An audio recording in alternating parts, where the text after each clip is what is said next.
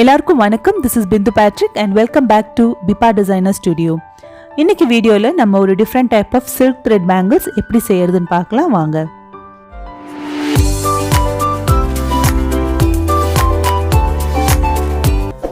என்னோட சேனல் இன்னும் சப்ஸ்கிரைப் பண்ணாதவங்க சப்ஸ்கிரைப் பண்ணுங்க. மறக்காம பெல் ஐகான் கிளிக் பண்ணுங்க so that என்னோட எல்லா வீடியோஸும் உங்களுக்கு நோட்டிஃபிகேஷனா வரும். இந்த வீடியோ உங்களுக்கு பிடிச்சிருந்தா லைக் பண்ணுங்க, ஷேர் பண்ணுங்க, கமெண்ட் பண்ணுங்க. வாங்க வீடியோக்குள்ள போலாம்.